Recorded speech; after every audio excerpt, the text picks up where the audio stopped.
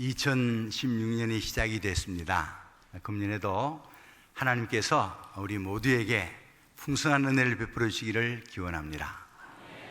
또 금년 한 해를 살아가는 동안에 여러분 가정과 또 우리 모든 식구들이 다 건강한 그런 삶을 살아갈 수 있도록 기원합니다.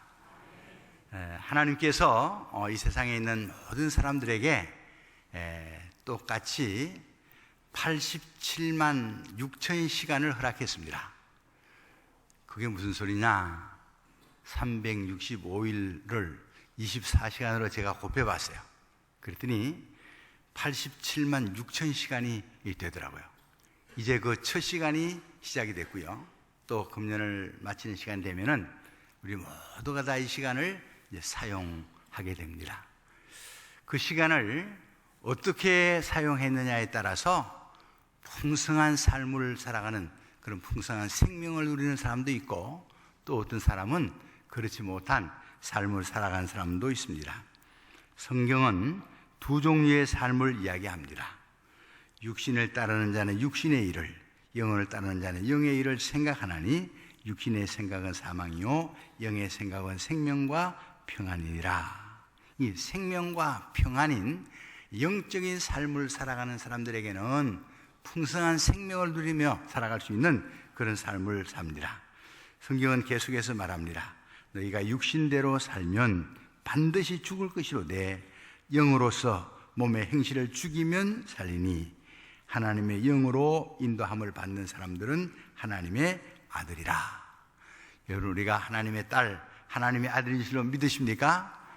그럼 이번 금년 한 해를 하나님의 영으로 인도함을 받는 이런 삶을 삶으로 풍성한 삶을, 또 풍성한 생명을 경험하고 누리는 이런 은혜와 축복이 함께 하시기를 바랍니다.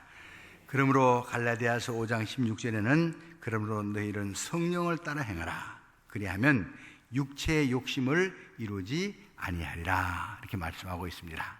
그러므로 우리가 매일매일의 삶을 살아가는 동안에 육체의 욕심을 따라, 정욕을 따라, 또 마음이 원하는 대로 따라가는 삶이 아니라 하나님의 말씀을 쫓아 살고 성령이 인도하는 대로 살고, 그리고 성령이 원하는 그런 삶을 살면 우리의 삶 속에 이런 풍성한 생명, 아름다운 열매가 맺히는 이런 삶을 살게 될 줄로 믿습니다.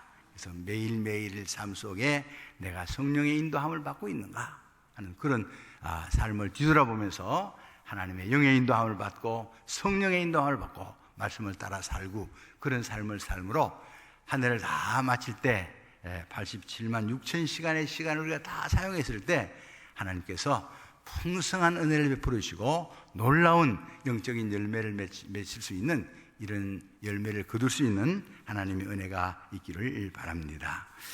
우리가 평생 풍성한 생명을 누리는 삶을 살아가면은 늘 주님을 바라보는 삶을 살아야 됩니다. 히브리서 12장 2절에 보면은 믿음의 주요 온전케 하시는 이인 예수를 바라보자, 이렇게 말씀하고 있습니다. 우리의 믿음의 대상인 예수님은 우리를 온전한 삶을 살도록 인도해 주십니다. 사람이 온전한 삶을 살아가는 데 있어서 필요한 것들이 뭔가? 성경은요, 온전한 삶을 살아가는 삶에 있어서 필요한 것들은 오히려 이제 고난을 이야기합니다. 그 예수님은 또 어려서부터 고난을 많이 받으셨어요. 그 고난을 받을 때 예수님은 꿋꿋하게 잘 참으셨습니다. 히브리서 기자는 그 고난 중에서도 참으신 예수님을 바라보라, 그렇게 말씀해 주고 있습니다. 예수님의 고난은 태어난 지 얼마 안 돼서 애굽으로 피난 가는 일로부터 시작이 됩니다.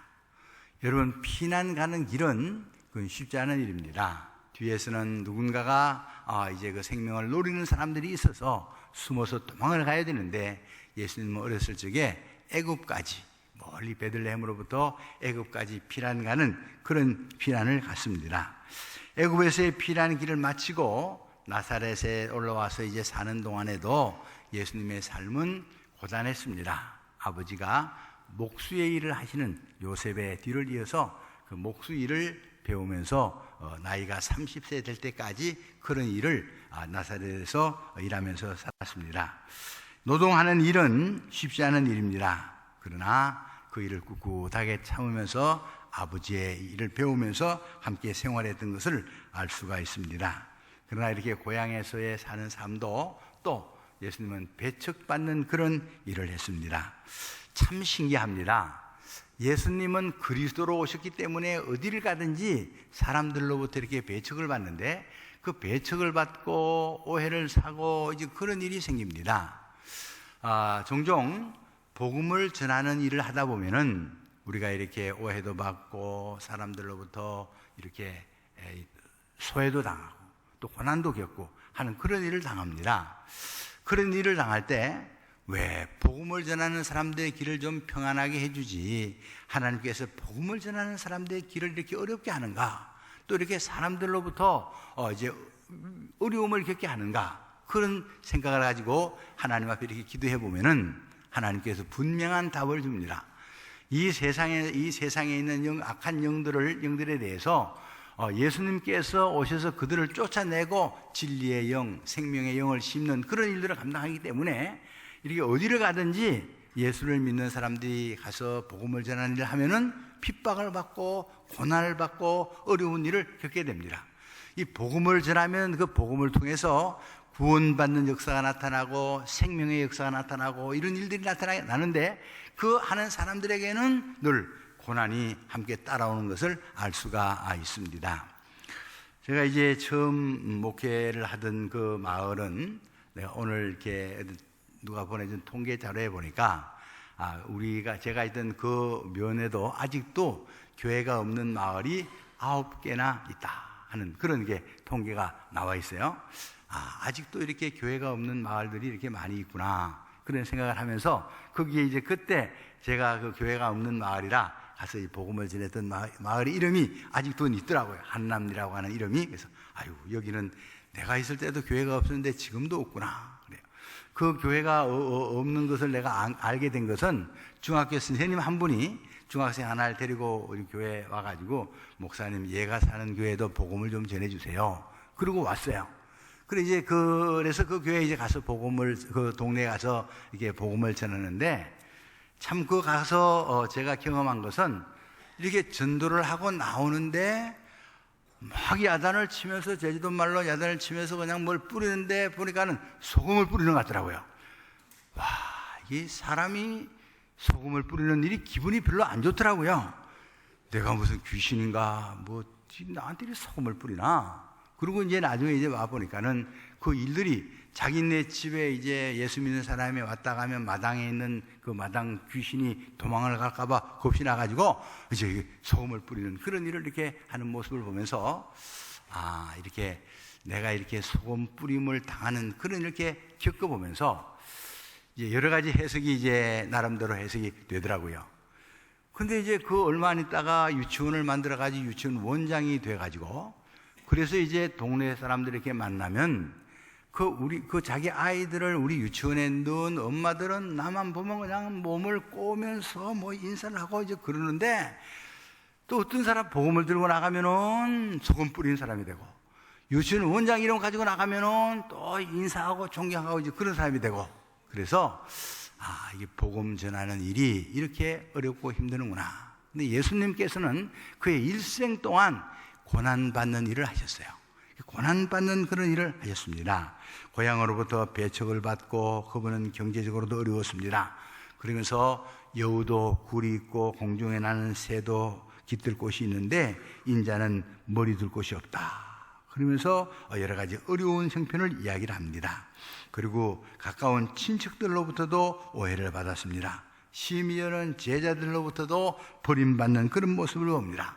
예수님 자신이 3년 동안이나 제자들과 함께 생활하다가 이제 마지막 하나님 나라에 갈 때가 돼서 너무 힘들고, 그래서 겟세마네 동산에서 나를 위해서 기도해 달라고, 그리고 이제 가서 예수님 자신은 피땀을 흘리며 기도를 하는데 제자들은 잠을 굴굴 자고 있는 그런 안타까운 모습을 바라봅니다. 이렇게 여러 주변에 있는 사람들로부터 배반을 당하고 배신당하는 그런 모습이 예수님의 생애였어요. 유다는 예수님을 배신해서 또 팔아먹었습니다. 그리고 제자들은 뿔뿔이 흩어졌습니다.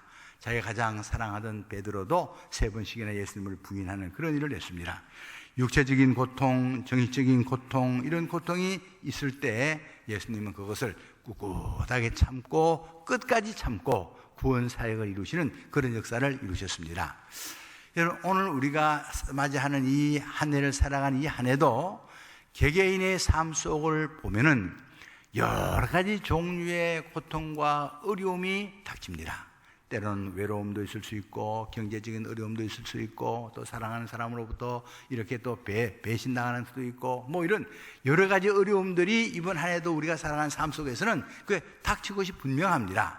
그럼에도 불구하고 우리가 이런 어려움들을 잘 참고 견디면 우리가 이런 어려움들을 참고 견뎌서 끝까지 견딤으로 이 모든 것을 이기신 예수님을 바라보면 우리도 우리의 삶 속에 승리하는 삶을 살게 될 줄로 믿습니다.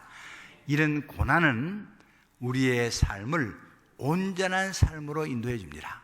모진 곳이 깎여지고 그리고 여러 가지 이제 이것들이 오히려 더 풍성한 삶을 살아가는 데서 온전한 삶이 바로 이런 고난을 통해서 이어지는 것을 알 수가 있습니다. 그래서 이번 한 해를 살아가는 동안 어떤 일을 만나든지 믿음의 주요 온전케 하시는 예수님을 바라보면 그 예수님께서 모든 형편과 처지 속에서 우리를 이기게 하시고 그리고 풍성한 생명을 경험케 하는 이런 놀라운 역사가 일어나게 될 줄로 믿습니다. 그리고 오늘 우리 본문 속에서 요한복음 10장 10절에서 이렇게 말합니다. 도둑이 오는 것은 도적질하고 죽이고 멸망시키는 것뿐이요 내가 온 것은 양으로 생명을 얻게 하고 더 풍성히 얻게 하려는 것이라 그렇게 말씀합니다. 풍성한 생명, 여러 가지 이제 우리가 풍성한 생명을 위해서 풍성한 삶을 위해서는 필요한 것들이 있습니다. 건강도 필요하고 또 물질적인 그런 풍요로움도 필요하고 그리고 우리가 살아가는 데 있어서 여러 가지 힘도 필요하고 이런 것이 다 우리가 있는데 필요한 것들인데 근데 이런 것을 다 갖추었는데도 불구하고 그 풍성한 생명을 누릴 것 같은데 그것을 누리지 못하는 그런 사람들의 모습이 성경에서 보면 나옵니다. 왜 그럴까?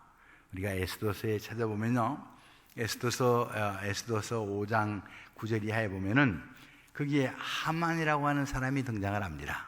하만은 이제 그날 하만이 마음이 기뻐 즐거이 나오더니 모르드게가 대궐 문 앞에 있어 일어나지 아니하고 몸을 움직이지도 아니한 것을 보고 매우 노하나 집에 돌아와서 사람을 보내어 그의 친구들과 그의 아내 세레스를 청하여 자기의 큰 영광과 자녀가 많은 것과 왕이 자기를 들어 왕의 모든 지방관이나 신하들보다 높인 것을 다 말하고 또 하만이 이르되 왕후 에스더가 그 베푼 잔치에 왕과 함께 오기를 허락받은 자는 자기밖에 없었고 내일도 왕과 함께 청함을 받았느니라 이런 이야기를 했습니다. 여러분 지금 하만은 굉장히 높은 권세를 가지고 있습니다. 많은 자녀들로 가지고 있습니다. 그게 다 왕으로부터 초청을 받고 왕기로부터 초청을 받아가지고 자기 이제 이 신하들 어떤 사람들보다도 더 그런 대우를 받는 그런 일에 잔치자리에 참여하고 돌아오는데 그 왕후가 내일도 또 와달라고 하는 그런 초청을 받고 와서 엄청나게 지금 들떠 있는 그런 형편입니다. 그런데 이제 그 대궐에서 나오는데 모르드게라고 하는 사람이 그저 꿈쩍도 안 하고 이제 있는 그 보면서 이제 만족하지 할 수 없는 13절에 이렇게 말합니다. 그러나 유다 사람 모르드게가 대궐 문에 앉은 것을 보는 동안에 이 모든 일에 만족하지 아니하도다. 그래. 모든 것이 다 잘되고 넉넉하고 풍요롭고 권세도 있고 그래서 그럼에도 불구하고 한 가지 모르드게가 대궐 문 앞에 앉아 있는 것을 보고는 만족하지 못하고 그것 때문에 그 마음속에 불평과 불만으로 가득 차 있는 그런 하만의 모습을 우리가 봅니다. 여러분 오늘 우리가 인생을 살아가는 동안에도 이런 분들을 종종 만납니다. 또 우리 자신이 종종 그럴 때도 있음을 압니다. 부족함이 없는 삶을 살면서 건강한 삶을 살면서 그리고 하나님이 주신 풍요로움을 누리면서 그러면서도 한 가지 그 뭔가 안 된 것 때문에 그것 때문에 그냥 온종일 머리를 싸매고 누워서 지금 하만과 같은 그런 삶을 살아가는 경우가 있어요. 예, 모든 것이 이렇게 다 채워져 있는데도 한 가지 부족한 것 가지고 그것 때문에 그냥 기분도 안 좋고 마음도 상하고 이런 인생을 살아가는 사람은 풍요로운 삶을 살지 못합니다. 그런데요, 아무것도 없어요. 오히려 모든 것이 부족하고 어렵고 힘들고 그럼에도 불구하고 한 가지를 채우고 나서 그것 때문에 행복한 사람의 삶이 성경에 기록되어져 있습니다. 바울과 같은 사람이에요. 바울은 결혼 안 해서 자식도 없습니다. 물론 결혼 안 했으니까 아내도 없습니다. 그래요. 그리고 또 그는 자기가 상당히 많은 교육을 받았음에도 불구하고 그 교육 받은 사람들의 대우를 받지 못합니다. 그런데 그 한 가지 아는 지식이 있어요. 한 가지 아는 지식이 뭐냐? 내가 그리스도를 아는 지식. 그것이 가장 고상하기 때문에 내가 그동안 알던 것, 가졌던 것, 그리고 소유했던 것 모든 것 다 배설물처럼 여겼다. 그러면서 그분은 어디서든지 풍요롭고 풍성한 삶을 살아가는 그런 이야기들을 성경에 가득하게 기록해 놓고 있고, 그리고 밖에 있는 감옥 안에 있으면서도 밖에 있는 사람들에게 기뻐하라, 즐거워하라, 내가 다시 말하노니 기뻐하라, 그러면서 기쁨의 편지를 써보내는 바울 사도의 모습을 보게 됩니다. 한 가지는 예수님을 아는 지식이었어요. 그분으로 마음속에 채우고 난 다음부터는 모든 것이 행복해지는 그런 역사를 이어갑니다. 예수님은 내가 온 것은 양으로 생명을 얻게 하고 더 풍성히 얻게 하는 것이라 그렇게 말씀합니다. 여러분, 오늘 우리가 인생을 살아가는 동안에 세상의 모든 것을 다 얻었다고 해도 영적이 주인이 되시는, 생명의 주인이 되시는 예수님을 우리가 진정으로 만나지 않고는 참 행복을 맛보기가 어렵습니다. 그러므로 우리가 금년 한 해를 살아가는 동안에 그분을 우리가 인격적으로 우리가 만나고 그분의 음성을 내가 듣고 또 그분과 동행을 하고 그러면서 정말 주님과 동행하는 그런 삶을 살면 어떤 형편에 있든지 만족하고 행복한 삶을 살아갈 수 있는 그런 놀라운 역사가 일어나게 될 줄로 믿습니다. 87만 6천 시간이나 되는, 생각해보면 상당히 많은 시간 같지만 또 하루씩 지나가다 보면 또 연말이 되옵니다. 그럴 때 우리가 성령을 쫓아 사는 삶을 살고 어떤 형편이든지 예수만 바라보고 그리고 주 안에서 주님을 성령을 모신, 주님을 모신 그런 풍성한 삶을 삶으로 말미암아 주님께 붙잡히고 주님의 인도함을 받고 그 주님을 통해서 열매 맺는 정말 풍성한 삶을 누리는 한 해가 되기를 주님의 이름으로 축원합니다. 아멘. 기도드리겠습니다. 하나님 아버지, 참 고맙습니다. 이렇게 귀한 또 시간에 주님 앞에 나와서 이렇게 예배드리며 주님의 음성을 듣게 해주시니 고맙고 감사합니다. 금년에도 우리의 삶 속에서 풍성한 열매를 거두며 살아갈 수 있도록 주님과 동행하고 성령을 쫓아 살며 주님을 바라보고 그리고 주님이 우리 안에 계시는 것을 주님과 함께 살아갈 수 있는 그런 삶을 살도록 인도하여 주옵소서. 예수님 이름으로 기도드립니다. 아멘.